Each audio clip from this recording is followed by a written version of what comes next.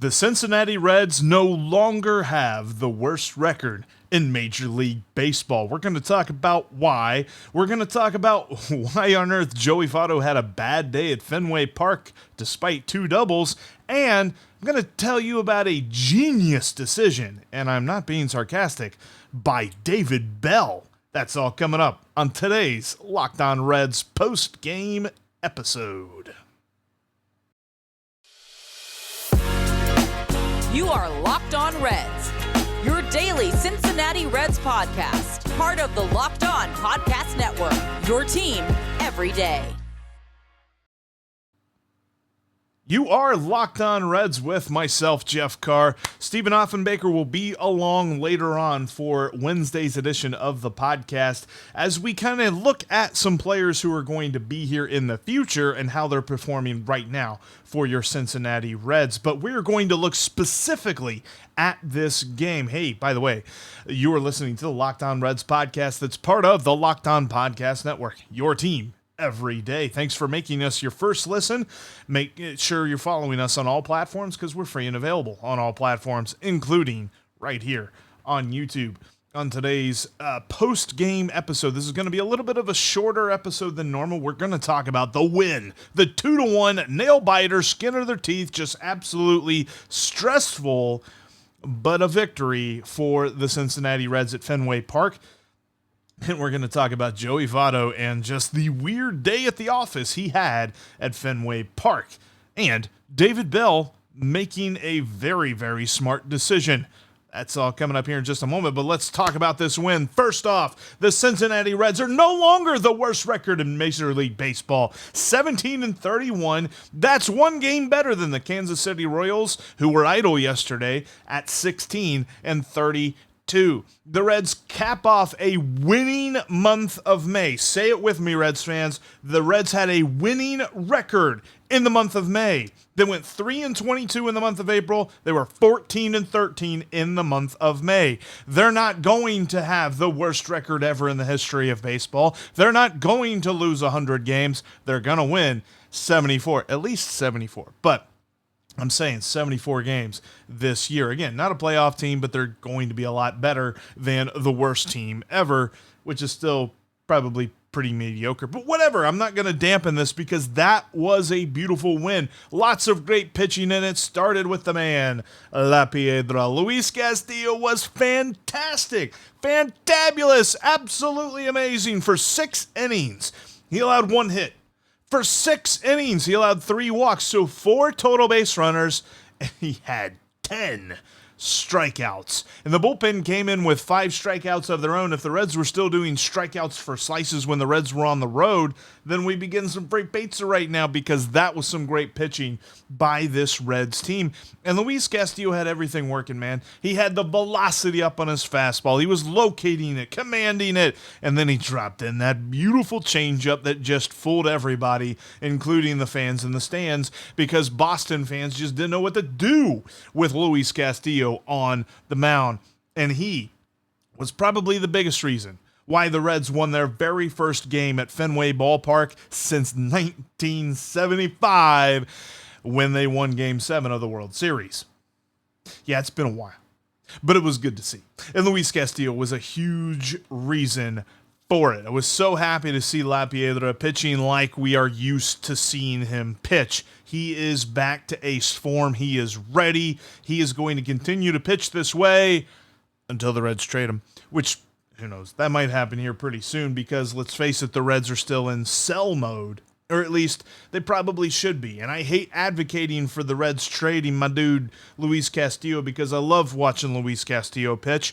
It's so much fun on a day in and day out basis. Ever since he came off the injured list, he's looked phenomenal. Sure, his first start wasn't exactly what you wanted to see, but you still saw glimpses of the ace, glimpses of La Piedra, and he was on full display at Fenway Park yesterday. Great to see. And then the bullpen really came in and did its job. Alexis Diaz continues to be just one of my new favorite players on this Reds roster. He is exactly as good as advertised. Was absolutely confounding the Boston lineup.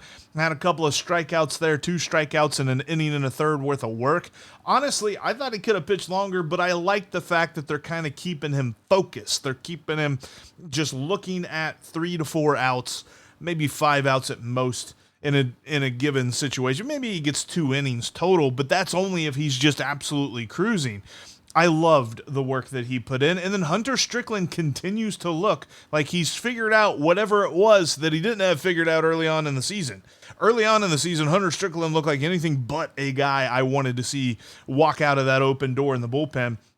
Now he's really shutting things down. And we got to talk about Tony Santillan. Tony Santillan, to start the year, looked like a dude that was just possessed and getting a save no matter what. He was going to strike everybody out.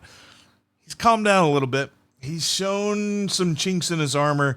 Last night he had some chinks in his armor as well. 3 hits on the night. He ended up giving up the only earned run in the ballgame. But he got the save. He got the job done. A dirty save, but 2 strikeouts. He was able to get that last punch out and end the game on a winning note for the Redlegs. Look, as stressful as it was, I was happy to see it. And I tell you what, David Bell made a decision that I really liked, and I thought was probably one of the smartest decisions he's made in a long time, and it probably seemed like a very easy decision to you, and it probably seemed almost something you probably just glossed over. We'll talk about that here in just a moment. But first, I got to tell you about the best way to celebrate your special moment or to get an engagement ring. That's BlueNile.com. Whether you're ready to pop the question or you're just celebrating a milestone moment in life, find jewelry as unique as her with the modern convenience of online shopping at BlueNile.com. You can build the engagement ring of her dreams. Blue Nile has simple online tools that let you choose the diamond shape, size, and clarity, as well as setting style. Blue Nile's bench jewelers will then handcraft her perfect engagement ring. Each ring is one of a kind, just like me trying to say the word jewelers. And if you're looking for fine jewelry to celebrate a special moment, but having trouble choosing, Blue Nile can help.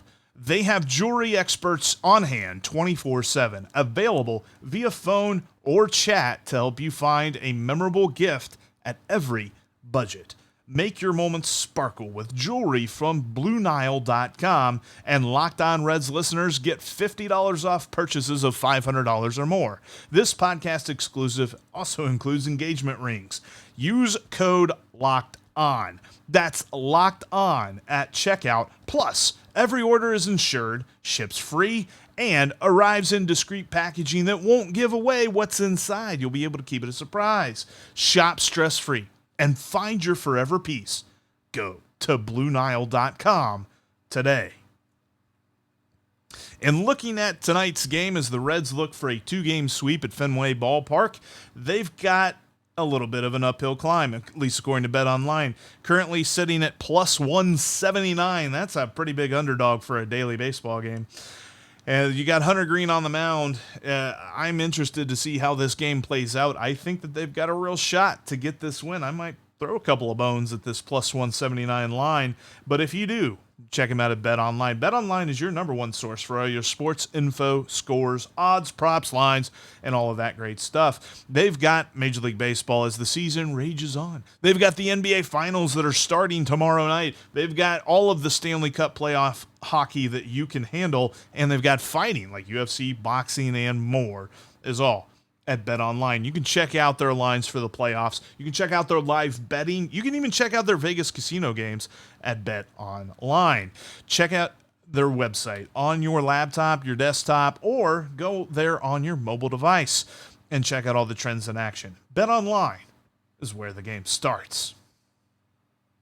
Thanks for making Locked On Reds your first listen of the day. Now go check out, after we're done talking about this wonderful win, the Locked On Now podcast. I'm sure I'll be on there. They'll have the Red Sox Now on there as well, because you get local analysis for every game, every day in under 30 minutes. There's no better way to follow along the Major League Baseball season than the Locked On Now podcast, just like Locked On Reds, free and available on all platforms. All right, let's talk about this decision because David Bell made a decision that was absolutely phenomenal. A decision that probably in the grand scheme of things you didn't really think about because Moose gets a single in the top of the ninth. Sure, it was nice to see Moose got a hit. And then almost immediately, he touched first base, and then he started going toward the dugout. Started jogging, and out came Alejo Lopez. And you're thinking, that's fine. Yeah, Moose, he's slow. He's probably not going to do much on the base paths. Alejo Lopez came around to score on an error.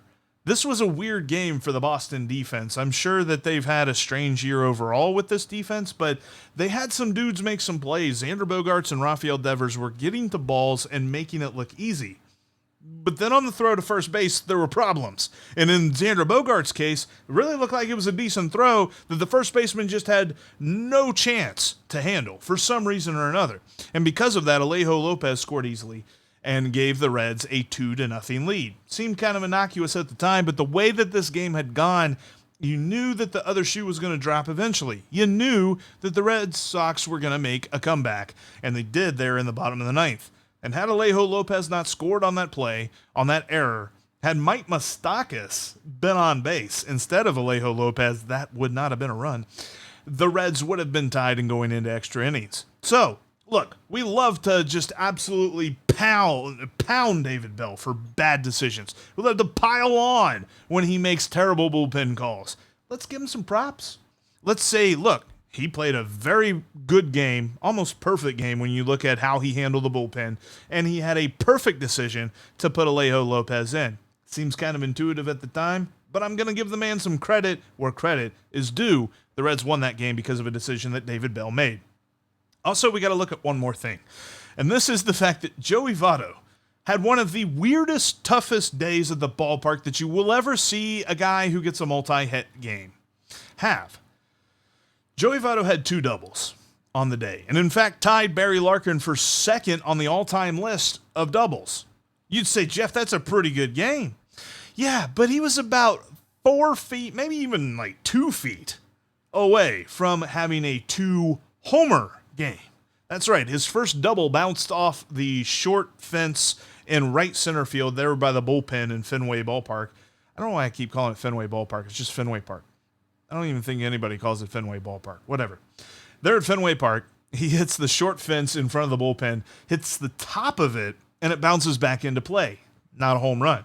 Then he comes up and smashes a hit, absolutely destroys it to left center field on top of the Green Monster. If it's like 2 feet further, it's a home run, but he hits the top of the Green Monster.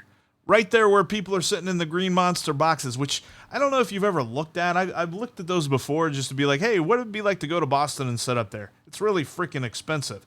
And they've got some really good seats there for Joey Votto's double that hit off the top of the Green Monster and came back into play. Dude had a total combined, at least scoring his StatCast, total combined length of those 2 hits, 738 feet. Oh, no, by the way, if it was in Great American Ballpark, he'd have had a 2-homer day. You can bet on that. That was easy money there.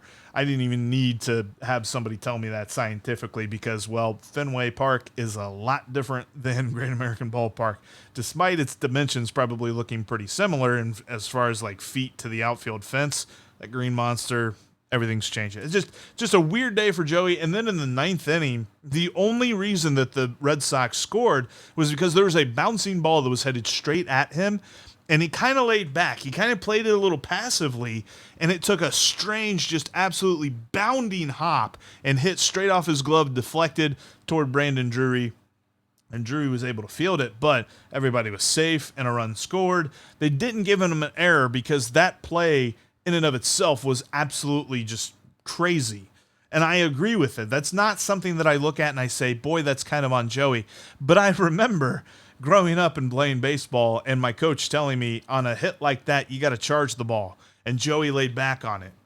I don't think he had enough time to really think about it in the moment, but the way that the infield was shaded, but overall, just a really frustrating day for him where it seems like had everything gone just a few inches differently, he would have had a phenomenal day, and the Reds would have won by a lot more than just 1 run had that all changed.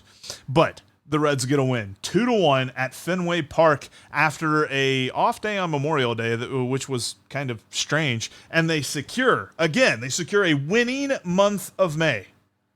Had you have told me that the way that they played in the month of April, that they were going to have any months this year with a winning record, that might be an interesting bet. But the fact that they were able to do it, look at that, boys. 74 wins and girls. 74 wins looks doable. The Cincinnati Reds are on track to get me some money back after betting the over on 73.5 wins. And that's what I'm sticking to. All right, thanks for watching. Thanks for listening here to this extra post-game edition of the Locked On Reds podcast. We got a full version coming up later on today as Steve and I will be breaking down some dudes who's going to be here in 2024 when we are kind of earmarking that the Reds will be good again. That's coming up later today, and we will have a crossover on Thursday breaking down this series with our Locked On Red Sox companions, Lauren Campbell and Jake Ignashewski of the Locked On Red Sox podcast. You're not going to miss any of that. The best way to not miss it is to subscribe. And by the way, thanks for making us your first listen. Now make Locked On MLB your second listen, as Sully has you covered throughout the league, whether you're talking about American League or National League, because he's got a unique perspective after having been a baseball fan for as long as he has. That's Locked On MLB, just like Locked On Reds, free and available on all platforms. Steve's going to be back with us here on the podcast later today as we break down this Reds team and its future. But you can bet that every single day we're going to be Locked On Reds right here